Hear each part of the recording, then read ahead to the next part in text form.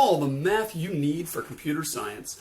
We have reached episode 9 of 9 in this opening volume on discrete mathematics, and it concerns the nature of proof. That's how we're going to finish up here, is talking about proofs. Now, there have been many claims that we have made all throughout our journey about the various discrete mathematic objects. For instance, we talked about how in a free tree, back in episode 5, the number of vertices is always going to be 1 greater than the number of edges.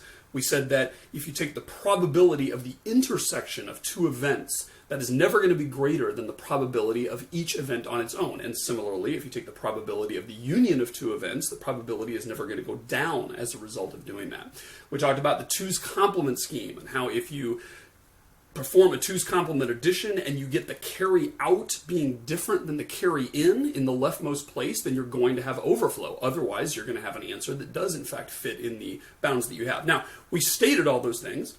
Some of them may have seemed intuitively obvious at the time. Some of them you may have just taken my word for it. But in very few of the cases did we actually give a formal proof of those things. Instead, we simply said, this is a property of the structure. We learned it, and then we went on. Now, I have intentionally deferred the concept of proof till this very last episode in the entire unit. Now, don't tell the mathematicians I did this, all right? They would be totally pissed off if they heard that. They would be horrified, okay? They would sentence me to 10 factorial years in prison or something like that, right? And that's because in mathematics, the notion of proof is a central one. And in fact, many people would say that the business of doing mathematics, the activity of researching theoretical mathematics and coming up with new discoveries, really is, in many ways, the art of forming proofs. In fact, the place that the proof holds as a concept in mathematics is very similar in its primacy to the place that the program holds in computer science. Now, is computer science more than just programming? Yes, it's far more. But nevertheless, there's this idea that the program, the computer program, is sort of this fundamental thing, right? And in almost every aspect of computer science, somewhere in there is a computer program which is sort of this artistic rendition of the author's mind, right? It's this structured, very left-brained, analytical description of an algorithm that can be carried out by a computer. And if you want to learn computer science and don't like programming at all, you're probably going to be disappointed. That's not to say that all computer scientists end up being programmers. That's certainly not the case. But it's such a central idea, such a central concept to the whole field of computer science that really understanding how to program is kind of the first step in learning how to do all the other magical things that you can do with computer science. And the same thing is sort of true by analogy for proofs in mathematics. By no means do all mathematicians spend all their time writing proofs. But nevertheless, the thing that we sort of know in mathematics, sort of the unit of knowledge that we have, really comes down to a proof. Because a mathematician would say, especially careful mathematicians, as all mathematicians should be, that we don't know anything unless we assume it out of the box or we have proved it. And proof basically means that we have an ironclad chain of reasoning, of irresistible logic that leads us from our premises to our conclusion. That sounds a lot like modus ponens and some of the things we learned about in episode 8, and there's definitely a strong connection, as we'll talk about later. But really, a mathematician would say that what we know about any of these mathematical objects is really the set of all proofs that we have. The set of all proofs we've been able to construct basically gives us, and that really is, the body of knowledge that we have about mathematics. And so normally in a discrete mathematics course, proofs are embedded throughout the course and throughout all of the different topics we've talked about, whether sets or relations or probability or any of the structures we dealt with, numbers, combinatorics, any of that stuff about propositional logic or predicate logic. Fundamental to learning those concepts is learning the proofs for them throughout. So let me just start this episode with a little bit of an apology. And when I say apology, I don't mean that I'm sorry for what I've done. I just mean sort of an explanation for why I chose the tack I did. Here's the deal. As a practicing computer scientist, as opposed to a theoretical computer science researcher who has a PhD and who works in an academic lab or works at some research university, and their job is to come up with proofs, right? Other than those people, the average practicing computer scientist, to be honest, never needs to write a proof. Are proofs important? Absolutely. And the basis of our discipline comes down to things that we have learned and mastered and can go back to the proof to make sure that we're certain of. But in terms of just a day-to-day activity, it just never comes up. So I'll just give you a little biographical example, right? So before I went back and got my PhD, I had my master's actually in electrical engineering, and I went out and did software development for about 7 years before I went back into grad school to get my PhD. I worked for a number of different companies, large and small, a number of different projects. I worked for small startups. I worked for a company which eventually became Sun Microsystems and is now Oracle. I worked for Unidata, which essentially became IBM. There's a number of different experiences I've had. I even owned my own software development consulting firm with a companion of mine in Colorado. And in all those things, I had a lot of different experiences, wrote a lot of different programs, wrote a lot of code, saw a lot of code, worked through all aspects, all phases of the software development lifecycle, built projects big and small. Okay, so I'm telling you this to tell you that I had a pretty broad level of experience before I went back to academia, right? Did I work for every single company? No, but I think that I kind of had a pretty good representative feel for what computer science careers are like, right? And in all that time, in all those experiences, I wrote this many proofs, okay? I wrote 0 of them because it's just not something that comes up. What you're doing in computer science most of the time is you're building something, right? You're building an application, or you're building some code that allows you to analyze some data and get knowledge into it, right?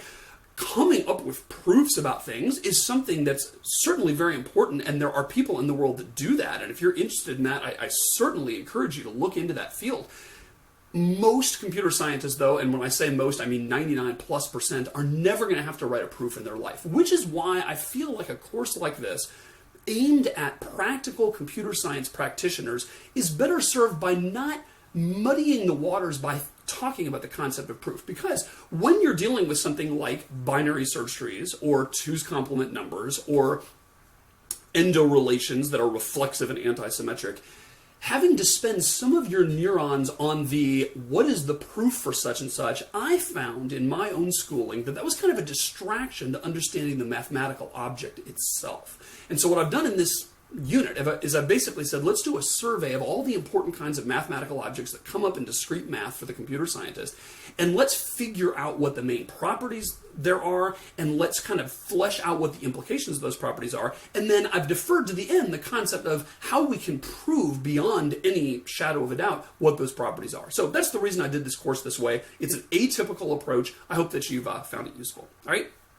So with that, let's talk about some of the different kinds of proofs. And just in this opening segment, we'll talk about the simplest kind, which is known as a direct proof. And we already saw some of this at the end of episode 8 when I talked about drawing conclusions, right? And I talked about modus ponens and modus tollens, and I talked about the disjunctive syllogism, where if you have A or B, and then you learn that A is not true, then that must mean B is true, right? Because one or the other has got to be true.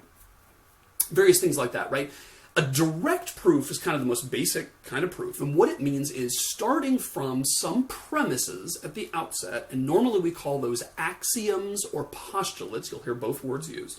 And basically what that means is the set of true things that we accept as truth that are beyond dispute when we begin the proof. So we start with some knowledge, and the reason is that without any knowledge, you can't even get off the ground, right? At the very least, we're going to start with our rules of logic, things like modus ponens and modus tollens, right? Things that we know are legitimate and valid and dependable forms of reasoning. And then we're also going to typically start with certain things that are axioms or postulates, which are things we just take for granted, right? You may remember from geometry, one of the things you learned about was undefined terms, right? And they talk about a point and a line and a plane and stuff, right? And then you end up defining things like, congruent triangles and all that kind of stuff. But when you define everything in terms of something else, and then you define it in terms of something else, and then you define it in terms of something else, eventually you get to some part which is kind of your atom of starting logic, right? You have to start with something, otherwise you can never even get started. You have to sort of be able to bootstrap your system of knowledge, right? And that's essentially what an axiom or a postulate is. It's like, this thing is so basic that we're just going to take for granted that it is true, and then we're going to use those axioms and postulates and discover a train of reasoning where you can say this, therefore this, and this, therefore this, and this, therefore this, and this, therefore the thing that we wanted to prove. So every proof is essentially a trail through that forest saying, if we know this and this, then we can conclude this is true and this is true, etc., and we end up having a proof. And the proof is essentially that sequence of statements that someone could look at and say, if I had any doubt about the thing you're trying to prove, I could start with these postulates, which are just beyond denial, right? I would never dream of denying one of these axioms because they're so fundamental. It's like I can't even trust my brain to work if I denied that, right? And I'm going to go step by step through a chain, and if I agree with every single statement that you make, that it follows from the preceding ones, I can't help but irresistibly agree with your conclusion, okay?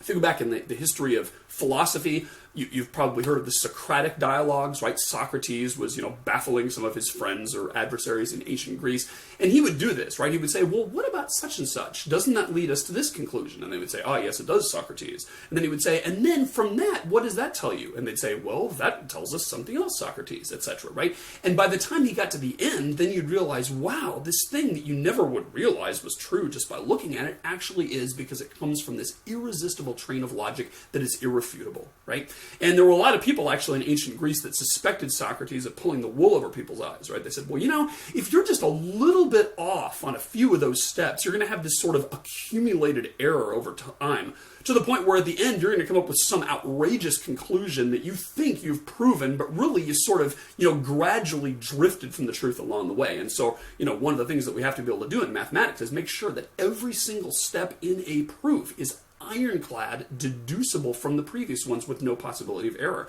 And the famous proofs that have come up always, as soon as they come up, like you probably know Fermat's last theorem, that was proven in 1994 by Andrew Wiles. Many decades and decades of work went into that, fruitless, that they could not find a proof of Fermat's last theorem. When Andrew Wiles finally came up with it, the 7 or 8 mathematicians in the world that could actually understand his proof put it under intense scrutiny and made sure that every single step could in fact be derived from the previous ones. And actually he had to go through a couple of revisions before it was finally accepted by the mathematical world that yes, Fermat's last theorem has been proven, because every single step in that long chain of reasoning has in fact been proven. All right, so let's look at an example of a direct proof. There's several. Let's do one just based on this logic idea that we did last unit, right?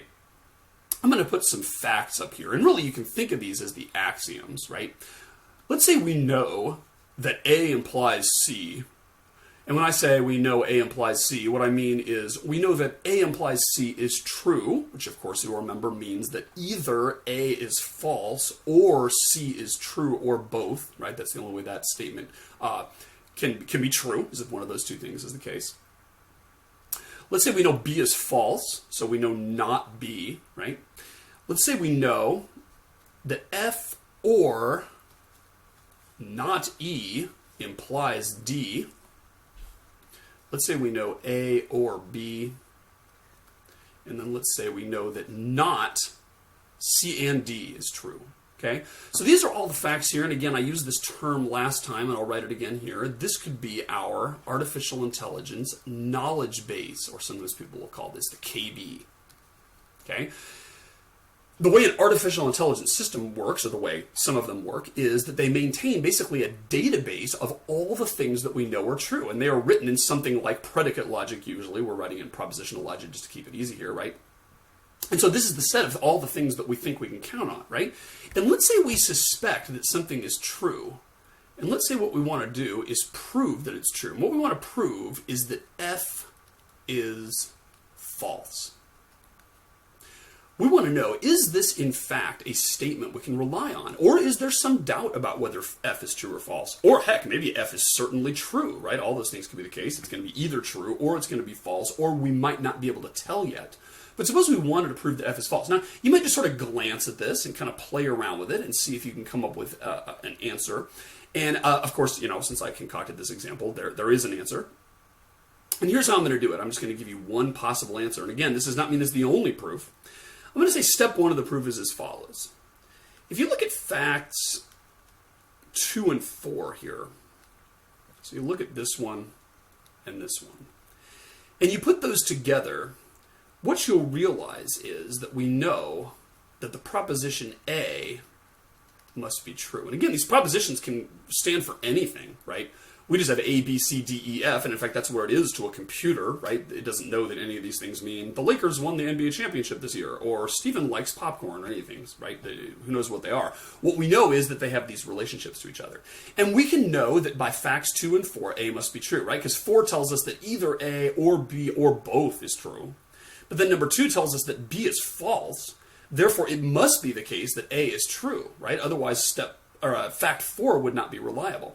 That is called the disjunctive syllogism. I can't remember if I used that word in step 8 or not, but that's sort of the fancy schmancy Greekish sounding word for that step of reasoning. If you know that one of 2 things or both is true, and then you also learn that one of them is false, that must mean the other one's true. Okay, so that's step 1 of the proof.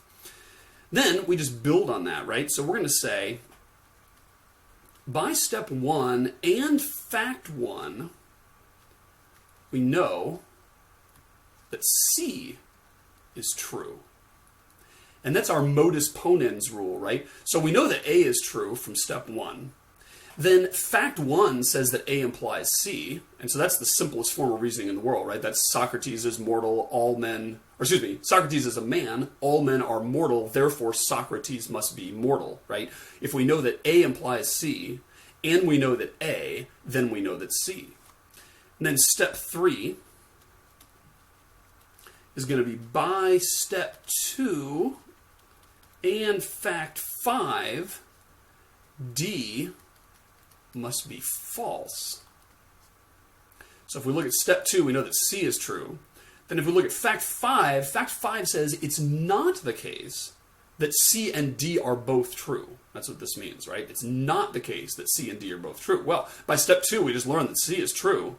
Therefore, D, you're on the hook to be false, man. Otherwise, 5 isn't going to be reliable, right? And so that's actually a disjunctive syllogism again, and you combine it with De Morgan's law, really, is what you do to get the not part with the and instead of the or, okay? But that proves that that D must be false. Now, step 4 is going to say then, this is really our last step, by step 3, if you combine that with fact 3, we learn that F must be false. And by the way, another thing we learn is that E must be true. And that's because if we look at fact 3 says that if F is true or E is false, or both, if either one of those is the case, then that implies D is true. Okay? If either F is true or E is false, then that implies D is true. But wait a minute, we just proved that D is false. Therefore, it must not be the case that F is true or E is false. The only way that fact 3 can be the case, since we just learned that D does not, in fact, turn out to be true, is that both these things have to be the case. F has got to be false, and E has got to be true, otherwise that can't turn out to be the case, right? And so we just proved, therefore, F is false, completing the proof. And often you'll see this sign, you'll see these little 3 dots, therefore F is false. You just read those 3 dots as therefore, right? And another cool thing that mathematicians like to do at the end of a proof is they like to say QED, okay, which means quad aerodemonstratum, or some Latin phrase that basically means, burn, gotcha, right? It proves that basically the whole thing is finished and that you have demonstrated what you set out to demonstrate. That's basically what the translation of that Latin phrase is, right? So you can see that finding a proof is essentially finding a chain of reasoning, right, based on previous things you know. It's also kind of an art. It's also kind of a puzzle. It's sort of like a Sudoku puzzle, right? You're kind of looking at it and saying, well, let's see, if this is true, then that doesn't really get me anywhere. But what if this is, but that, and then you kind of put the thing together and you can kind of find an ironclad reasoning, right? Notice also that a proof is very brittle, right? We had 4 steps in that proof. If any one of them was wrong, if I had made a mistake in there and said, that doesn't mean, B ends up being true. It means B ends up being false. No, right? Made a mistake. The whole proof is bogus, right? All bets are off. It's not like a little bit suspect because of that mistake. The whole thing is broken because it's only as strong as its weakest link, okay? So the art of finding a proof is essentially the art of kind of finding ways to combine different things you know and saying, I know this is true, and then if I combine that fact with this, I can end up getting something else, and you end up getting something that's true at the end, right? Now, not all proofs deal with, propositional logic written like that. Oftentimes, proofs are written in natural language, like English, right? And they involve sort of, just sort of an intuitive set of reasoning steps, right? So let's look at a proof like that. Let's say I want to prove this. I want to prove that the sum of any two even integers is even. So we want to prove that hypothesis, right? And, if you play around with it, you'll see that's true, right? If we have 4 plus 6, that ends up being 10. Okay, so 10 is even. Great. Well, what if we have, 8 plus 0? Well, that turns out to be 8, which is even. What if we have, 18 plus 36? That ends up being 54, I think, which is also even, right? So if you take the sum of any two even numbers, you're always going to get an even one. And by the way, just as a meta point, I would always recommend that you start by just playing around with examples. Whenever you want to prove something or whenever you suspect something is true and you want to see if it's true, play around with examples just like you did with combinatorics, right? Work out some of the combinations and then you'll be able to figure out how many combinations there are because you'll see the pattern. That's how I always start, and I think that's a very practical way of starting, okay? So here's how we're going to do a proof. This is one way to do it, right? Take any two even integers, and I'll call them A and B. Okay? And this word is actually important. I'm going to come back to that. Take any two even integers, A and B. It's not that we're assuming that there's a particular two or that there's some special property about the two that we're choosing. We're going to allow ourselves to freely choose any two integers, and we'll call them A and B, right? Okay, so then we could write A as 2 times some other integer. We'll invent a symbol C here, right? And B equals 2 times some other integer. We'll invent something called D, right? For some integers, some pair of ints C and D. And that's really just the definition of even, right? If A is even, then it is twice some other integer, right? 4 is twice 2. 6 is twice 3. 18 is 2 times 9. 36 is 2 times 18, right? So no matter what even integer you pick, you could express it as twice some other integer. Okay, so then write A plus B, that's what we want to know, is that the sum of any two integers is even. So we could write the sum of those two integers we have as 2c plus 2d, right? Because we're just going to substitute 2c and 2d for A and B, right? Okay, and then if you do the some elementary algebra here, including the distributive law, we can factor out the 2 and we get that. That's 2 times c plus d, right? Now this is exactly twice some integer.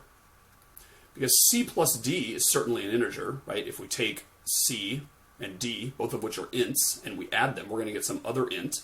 That is one of the axioms that I'm depending on here, right, is that any two integers, you can add them up and get an integer. If I take 59 plus 37, I'm not going to get 108.62. I'm always going to get an integer, right?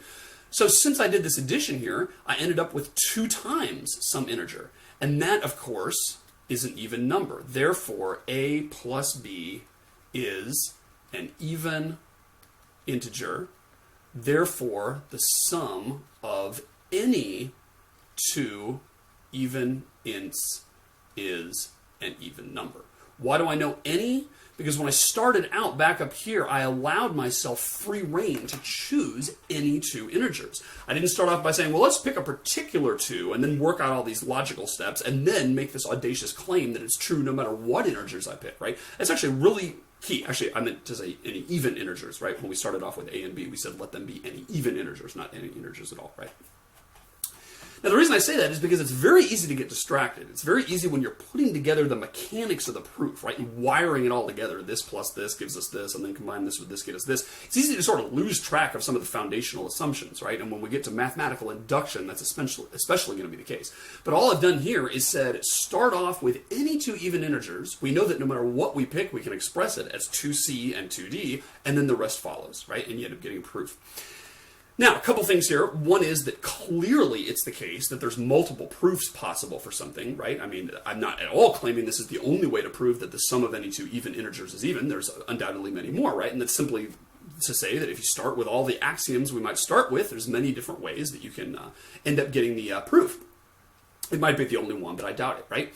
It's also true that, every step along the way requires you to sort of believe me, right? I sort of have to say, now this tells us that this is true, right?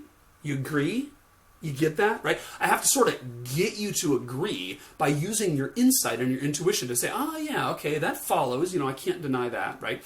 Now, there's an interesting thing about that, because at the early part of the 20th century, there was actually this big push for completely automated reasoning. What they wanted to be able to do was come up with a system whereby there wouldn't need to be any human intuition on the hook there. We'd be able to say, based purely on just typographical manipulation of symbols, we can prove anything we need to prove. And it doesn't require a human to say, oh, wait, why do you say that? Oh, okay, I get it. I get that step now, right? It doesn't require leaning on that, because people said, well, human intuition, maybe what's clear to one person isn't clear to another. And, no matter how small you break the steps down, there's always the chance that someone's going to say, oh, yeah, that follows, but then be fooled because it doesn't actually follow irrefutably from the premises, that particular conclusion in that step, right? There's all sorts of worries there if we want to make sure that our reasoning is ironclad. So there was this big push to make completely automated reasoning. And there's a famous book by Bertrand Russell and Alfred North Whitehead called Principia Mathematica, which was essentially a way of saying, let's boil all that we know about number theory down to steps that are absolutely irrefutable, because they simply follow from manipulation of essentially strings of information. So there isn't any insight necessary. We can simply prove everything we want to be able to prove, basically so that a computer could do it, right? And the idea, and this was a lofty idea, which was going to be totally awesome, is we could say, hey, once we've got that system down, we could feed a computer into its knowledge base all the axioms that we know about numbers. And then we could just say, go, computer, start proving stuff. And it would start from that and just start combining axioms and combining axioms and combining axioms, and it could eventually get to any possible thing that is true. We could end up proving it. And it was like, wow, we could learn everything there is to learn without even having to work that hard, right? Without even having to break a sweat, and without having to worry that our reasoning is wrong somewhere, simply by letting the computer go. Okay, that was a totally awesome idea, and people were all excited about doing this. David Hilbert, one of the pioneering mathematicians of the late 19th century, early 20th century, set out that as sort of, a goal. One of the biggest goals that would be one of the biggest triumphs of humankind if we could ever achieve that. Problem is, there's this guy named Kurt Gödel, who is a mathematician, researcher, who came up with a lot of brilliant stuff, and he blew a hole into that in the 1930s by proving this amazing theorem, which now goes by the name of Gödel's incompleteness theorem. And the proof he gave was basically this big bummer. And what he proved was that no matter how awesome your logic system is, no matter how awesome your reasoning system is, no matter how great your set of axioms is that you start off with, no matter how rich that is, that there are provable things, there are true things that cannot be proven that way. That's essentially what he proved in this theorem, was you're never going to be able to prove all the things that can be proven. And it turns out that today, that idea has sort of filtered through mathematics and philosophy all the way down to the layperson. And that actually doesn't seem that weird and earth-shattering and depressing to us today, because we've sort of accepted the world of approximate answers and the world of sort of having to do as good as you can, and the realization that there's some things we'll never be able to do. We've sort of accepted that. But when Kurt Gödel first came up with that proof and sort of shocked the mathematical world to its foundations, that was not at all accepted. And people were still under this, it turns out, delusion that someday we would be able to completely automate all reasoning and conclude with our computer program, that we could just set C3PO to work on it, all the things that were possible to ever know. We can learn that way by simply letting that computer program go. And it turns out that that's not the case. That there are limits to human reasoning that fundamentally can never prove all the things that are true, because they are simply unprovable no matter how awesome a system we come up with.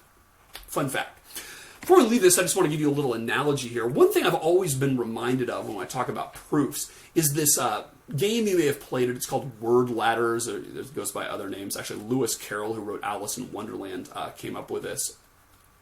And the idea is you start with some English word, like warm, and it's funny, if you look this up on the web, there's all kinds of funny examples that are pairs of words that kind of go together. The question is, can you go from warm to cold simply by changing one letter at each step? So we might say, all right, let's start with warm,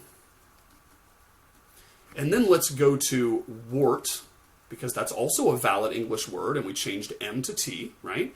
And then we could say, let's change this to Walt, maybe for Walt Disney. Then on the next step, we'll go to wilt. Okay, so it looks like we're doing pretty good here, right? Because we started with an R there, we needed to get to an L. and we've achieved that, right? Now we could say, well, what about wild? Okay, so wild is a word, and hey, now we've got the L and the D. Problem is it sort of peters out there, right? Because you're like, wild, let's see. Could I go to wold? Then we're right next to cold. Oh, no, can't do that.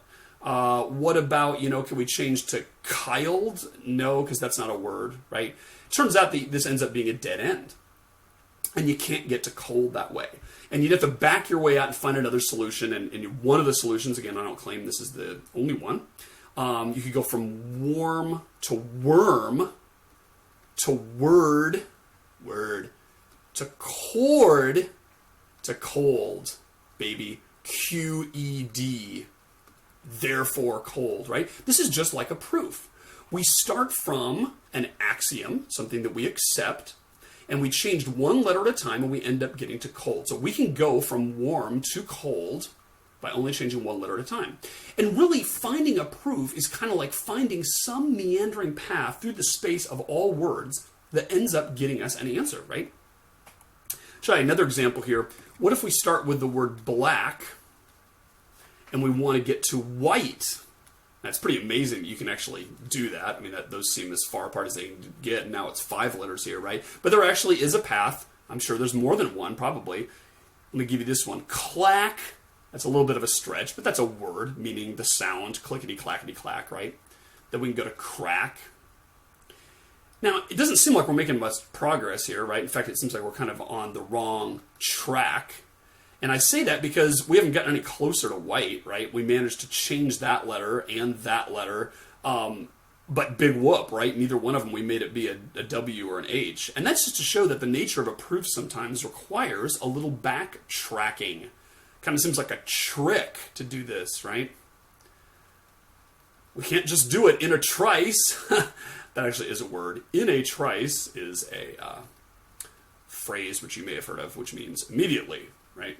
Without any delay, immediately, in a trice, right? So just believe me. You can look that up if you don't believe me. We can go to trite. This example is kind of trite. And then we can go to right, and there we have now written down our answer right. Okay, so QED, we got from black to white by only going through valid English words, changing one letter at a time. Now, the reason I bring up this example is because we had to take some steps that didn't seem like they made much sense, right? We changed the first letter to a C, then we changed it to a T.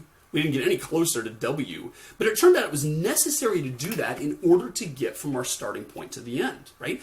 And that's just to show you that, you have to be patient with proofs. You have to say, okay, we may have to kind of go a roundabout way to end up getting to the logical conclusion we want to get to. But that's the nature of a direct proof, where we're going to start with our axioms and go to the end. It doesn't always end up being the straightest path. It doesn't always end up being Dijkstra's shortest path, right? There's another thing we never proved, right? I claimed that Dijkstra's shortest path algorithm will always find the shortest path between 2 points in a directed graph, and I claim that Prim's algorithm would always turn out to be the minimal spanning tree, right? That's something that we sort of took for granted and didn't actually prove, but that is something that could be proven, and it could be proven using a direct proof.